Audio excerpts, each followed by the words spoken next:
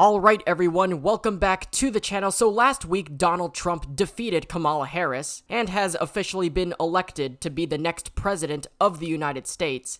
And this week, we have officially entered into the transitional period, meaning that it's time to get to work. The celebration is over, we had a whole week to do so, now it's time to get back to work, put together a team, and that's what you do when you have a president. You know, here in the United States, once the election is over, you elect a president, and the presidential candidate that has been elected for president, they hire people to be a part of their cabinet. They select people that don't necessarily have to be appointed through Senate to be key advisors, and then you just go from there.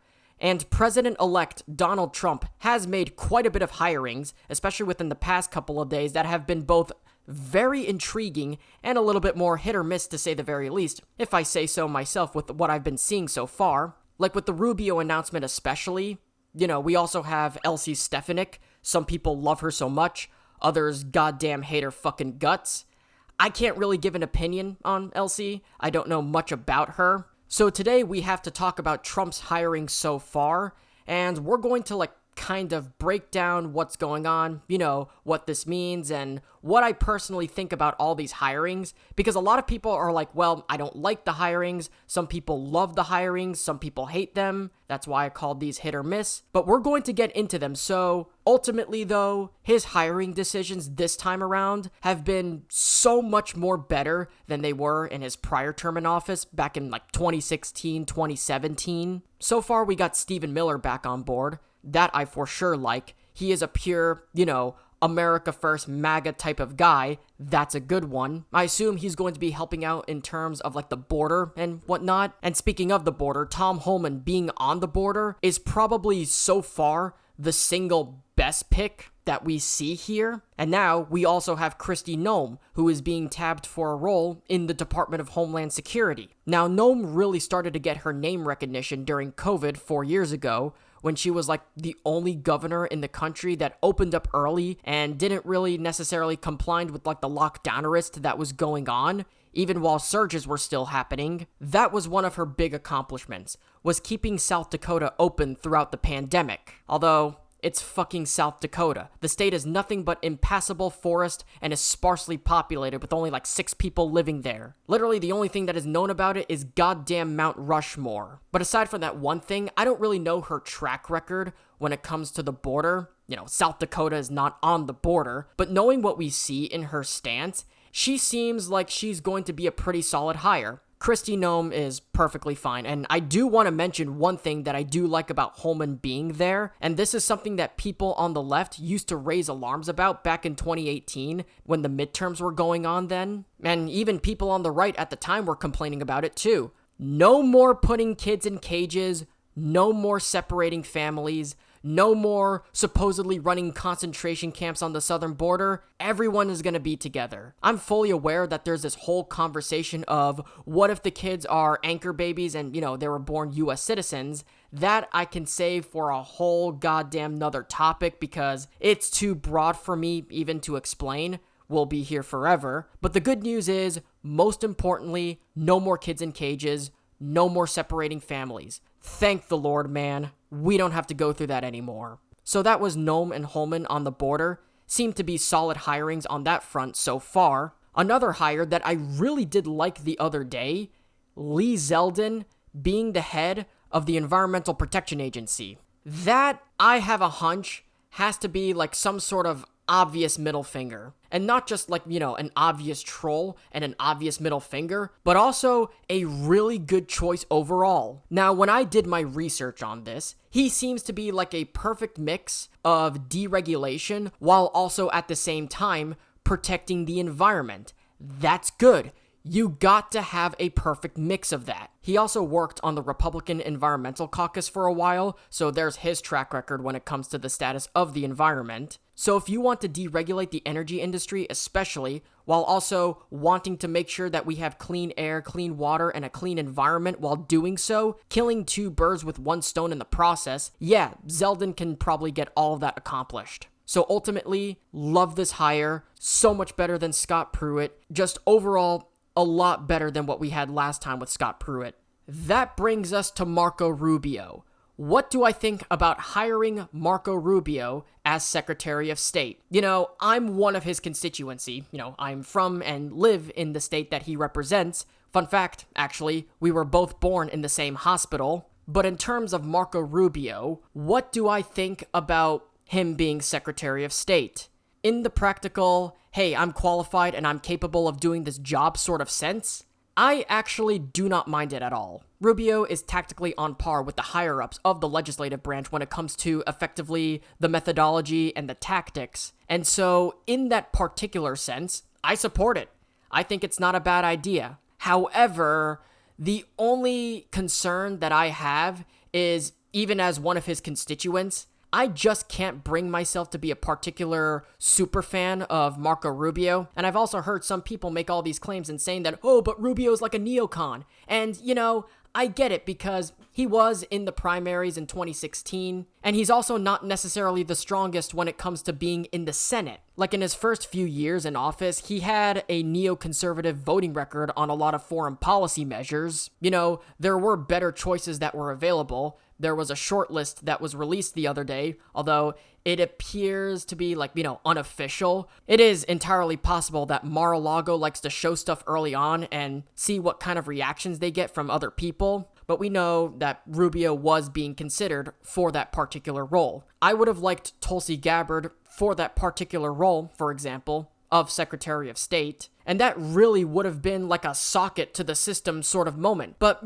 people will say that, she's unproven, or they don't trust her, liberal, leftist, or whatever, or that she's a Russian asset. But as far as foreign policy is concerned, she's always been on par with Trump's foreign policy agenda.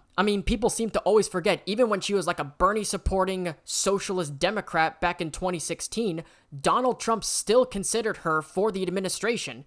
That's how far back this really goes. So you look at this short list here, you have Vivek Ramaswamy on this list. I don't think he's really that close in consideration for Secretary of State, and don't get me wrong, I actually like Vivek a lot. I think he deserves to be in this administration one way or another. He needs to be in this administration. But, if I'm keeping it $1.50 here, I feel like he's more of like a domestic policy type of dude, not necessarily a foreign policy type. He gives me more of the vibes that come Secretary of Commerce or Secretary of Agriculture, maybe Attorney General, Secretary of State. I'm just not too sure about that. Maybe even Press Secretary. I think he'll do such a good job at that. But, Secretary of Agriculture, Attorney General, those are my good guesses. But, whatever it might be, I think that, his skills are going to be used somewhere and should be used somewhere. Then you move on to Marco Rubio, which is a hiring that you really cannot wrap your head around, especially with his past as a senator, as far as his stance on foreign policy is concerned, as well as with him running against Trump in 2016. So it is true that with Rubio, you're sort of halfway there. He's sort of like a Ted Cruz Republican. He's not a dedicated neocon, and he tries to get along with MAGA, and he's very loyal and always seems to be lockstep in terms of whatever the status quo is. When the status quo was neoconservatism, he was a neocon. When the Tea Party was a thing, he was a Tea Party guy. When the Ron Paul revolution was kicking in, he became a Ron Paul libertarian. That's what he does. He's a virtue signaler. However, when MAGA and America First is taking over the party, then Rubio being there is not necessarily the worst thing in the world. And this is not me trying to say that Rubio was my pick for Secretary of State. To be fair, he wasn't. Zeldin, Miller, Holman, Noem, and some of these others are 10 out of 10 A-plus choices. Rubio, I would rate merely as being tolerable. I'd give it a C-, 6 out of 10, 7 out of 10. Is it going to make me disillusioned about the administration and start questioning decisions and make me stomp my feet in rage? No. Were there any better choices that I would have preferred?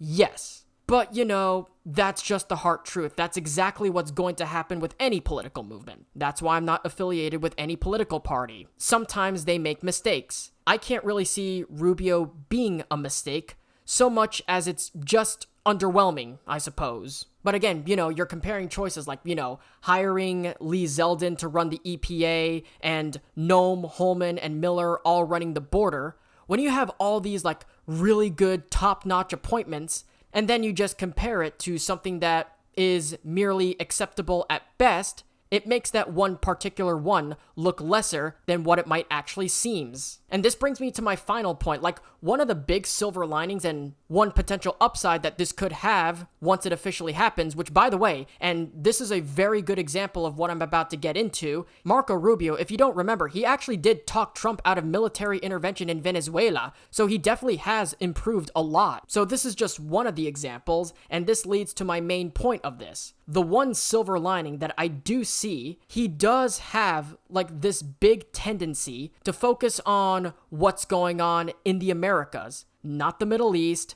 not Israel, not Russia, not China, not the Korean Peninsula. The focus of a Marco Rubio Secretary of State would primarily center on the North and South American continents and Latin America, which is his strong suit, considering his family fled communism from Cuba. So once Rubio officially gets confirmed as the Secretary of State, that might mean that we could be returning to the Monroe Doctrine mentality and focusing more on our immediate surroundings and border rather than what's going on abroad. And another thing is that you could possibly get a good senator in there in the state of Florida to fill his Senate seat if he does decide to go for that. So again, Rubio, not my first choice. Nobody's really perfect. There are much better choices that I would have preferred in my opinion, but these are people that are, well, obviously so far better than Mike Pompeo or Rex Tillerson. So overall, as far as the cabinet is concerned, at least as of recording, I think he's doing such a better job in terms of who is qualified and who is fit to run a certain position in the administration. Now we're going to be transitioning from the executive branch and see who's going to be running the legislative branch. Like, we're looking at the Senate right now. The GOP now has control of the Senate with 53 seats. Between 53 and 56 was my prediction. So the Republicans hold the majority in the Senate with 53 seats. And now that the Republicans have the majority, there are people in terms of what's going on right now that are being considered, or I should say, are being considered for the Senate Majority Leader now that Mitch McConnell is gone. So we get a little bit of an upgrade there. Well, at least hopefully, but the real question is just by how much? Me personally, I'm just hoping that like Trump gets, like Rand Paul or Josh Hawley in there as like an open sort of Senate primary for who the Majority Leader is going to be. I want Rand Paul or Josh Hawley. Those are my two choices. But out of the three choices that we have, Rick Scott, John Thune, John Cornyn, the one that I want is Rick Scott. I'm hoping that it's not a neocon like John Thune. But Rick Scott is the best choice of these three compared to John Thune and John Cornyn. And, Rick Scott has Rand Paul's endorsement to be majority leader. He also has Vance's endorsement. He has Trump's endorsement. He has a lot of these people's endorsements to be Senate majority leader. And to be fair, while he's not necessarily the best option of these three, he supported things like the bump stock ban, raising the age from 18 to 21 for gun ownerships. He also did the same for the vape ban. I'm not necessarily a fan of Rick Scott either. But then he gets called out on those issues, and then he admits that he's wrong, and he reconsiders. He also has the tendency to challenge Mitch McConnell, even at times when it was not actually popular to challenge McConnell. He's gotten so much better ever since he joined the Senate. He's been a longtime ally of America First, and he's somebody that I believe is going to be like the closest thing that we have to a Rand Paul Senate Majority Leader, at least in the quasi-libertarian sense. I know Sticks and myself wanted Rand Paul, but Rick Scott is pretty much the closest thing we have to him out of those three choices. It would be a massive upgrade over Mitch McConnell. I get that his spending in 2022 was absolutely fucking garbage, although it was primarily at the directive of McConnell. That's why the spending went the way it did in 2022. But regardless, Scott would be such a massive upgrade over McConnell. We'll have to wait and see what happens, and Rick Scott, either way, is most likely the best realistic option out of the three choices. The other two choices are John Cornyn and John Thune. I don't want either of them to be majority leader. Thune is awful. and Cornyn is as well, and you'll probably end up having arguments on which one is worse. Some people say that Cornyn is worse, while others say Thune is worse. I think the answer is Thune. Thune is legitimately a neocon. There's a reason why he's been called Mitch's bitch by a lot of people, because that's literally who he is. He's Mitch's bitch. Mitch McConnell's bitch. He is his successor. And South Dakota, you talk to people in South Dakota, he's ridiculously unpopular there. His voting record ultimately is really iffy. He's weak on so many issues. He's weak on guns, he's weak on trade, weak on foreign policy, on immigration, and so is John Cornyn. But when you're looking at somebody like Thune, this is a guy who has been here for quite some time. He is literally the successor to McConnell. He most likely must be avoided at all cost. Again, I wanted Rand Paul. Out of the people on the list, I support Rick Scott. Even Rand Paul endorsed him. But if it had to come down to Thune and Cornyn, it almost certainly, in my opinion, would have to be Cornyn. And the reason why I would pick Cornyn, despite the fact that I don't like the guy at all, and the fact that he's awful, is because he is going to have to get in line anyway. Because his seat is going to be up for grabs in the 2026 midterms. And he's aware of that. He wants to get reelected. He understands that in 2 years from now, when the midterms roll around, and he's got primary challengers that he might be facing. So he's going to end up having that extra layer of pressure on him, and he's going to have to operate on his best behavior, or else he's going to lose a lot of support. And it's extremely likely that he is going to go down if he doesn't. So that's why I would pick Cornyn over Thune, because it's much easier to put pressure on him knowing that his seat is up for re-election in 2026. But to be fair, I don't want that to happen. I want to have like an actual Senate majority leader that represents, or at the very least, is somewhat responsive to the needs and the interests of the base. But, you know, DC is gonna DC. So chances are that might happen anyway. So again, hopefully we'll get a good majority leader in there, but definitely no to Thune. I don't like Cornyn. Rick Scott, much like with Marco Rubio as Secretary of State, not the best choice, but it's still merely acceptable. He would be reasonably solid in that role. He just single-handedly won re-election, so his seat's not going anywhere. We understand that, so again, that's just one of those things. With the House, I have no clue who's going to be Speaker of the House. It's probably going to end up being Mike Johnson again. I'd like to do Gates, however, with Rubio potentially being Secretary of State, there's a chance that he could end up being in that Senate seat. People have suggested Marjorie Taylor Greene or Lauren Boebert. That would be absolutely ridiculous and, to be fair, a shit show. So, wishful thinking, that's gonna be a no for me, and not like it's ever gonna happen anyway. So overall though, comparing it to the hiring choices of 2016, in the long sense of things, so much better. Again, this is only just a start. There's gonna be so much more positions being filled. Elsie Stefanik as UN ambassador definitely is the most interesting choice. I'm very curious to see what he's going to do for Attorney General, Press Secretary, Secretary of Defense, and all these other positions. He's got to get Vivek Ramaswamy a spot in the administration. That's a must-have. Elon Musk as well, although I do feel like he's going to be more of an advisory role, if anything. Not in the administration, but working for the administration. So again, as this hiring process continues, as Trump is building his administration, I'll be sure to update you guys with everything I got because again, I am your news guy. That's what I do. So I'll be sure to update you guys in this process as it is happening. And as I keep saying, this is why you subscribe to the channel. So that way I can keep you guys up to date with what's going on in the administration. This is what I do. I'm your news guy. I'm here to keep you guys up to date. So if you don't want to miss out on any uploads, make sure you hit that subscribe button. I'm going to keep you guys up to date with this administration. And I would also like to hear your thoughts about it too. What do you guys think about those hirings? What do you rate these hirings? Do you think these are good choices? Do you think these are bad choices? Who else do you want in the administration? Who were your preferred choices for these positions? Who do you think is going to be in the administration next? Again, I'd like to hear all your thoughts in the comment section down below, as I always end the conversation down to you. And with that being said, thank you guys so much for watching. If you guys enjoyed, be sure to hit that like button down below. And if you're new around here, be sure to subscribe to the channel and ring the little notification bell. Be sure to follow me on all my social medias. Links are in the description below. Share this video around with your friends, families, boyfriends, girlfriends, enemies, whomever. Definitely helps me out a lot, helps the video grow, and helps grow the channel if you were to share this video with whomever you know. Again, like I keep saying, I will try my best to keep you updated with what's going on in the Trump administration as people are being hired, as more and more people are being hired, and as more of these positions are being filled. Tomorrow, I think we will get some sort of idea of what the Trump administration 2.0 is going to look like, because we would have gotten more hires and more appointments. So I'll be sure to give you my thoughts about them once those are officially confirmed. Again, I will be talking about those in a future video, whether that be tomorrow, whether that be on Friday.